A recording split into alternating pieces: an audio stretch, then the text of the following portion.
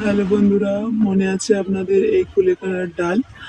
এটা এর আগে আমি ডালগুলো কেটে নিয়ে এই ডগাগুলো নিয়ে আমি রস বের করে খেয়েছিলাম। আর এবারে এগুলো থেকে গিয়েছিল, তার থেকে এত বড় বড় গাছ বেরিয়েছে যে আমার মানে থেকে নিচে পড়ে যাচ্ছে।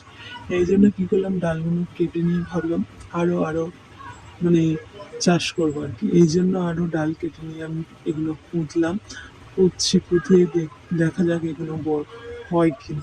আগে তো আমি ডগাগুলো কেটে নিয়েছিলাম, এবারে তো কাটাই হলো না, এটা পুরোটাই বসিয়ে দিলাম, দেখা যাক এটা হয় কিনা। এই জন্য হালকা রোদে আর হালকা বাতাসের মধ্যে জল দিয়ে রেখে দিচ্ছি, দেখা যাক এটা থেকে বাঁচে না মরে যায়, নাকি পাতাগুলো শুকিয়ে যাবে, কি হবে বুঝতে পারছি না। এখন তো বৃষ্টি হচ্ছে, বেঁচেও যেতে পারে, এই জন্য এরকম ভাবে দিলাম। হবে কি বুঝতে পারিনি, যদি হয়তো আমি আরো আরো অনেক বেশি চাষ করব। আর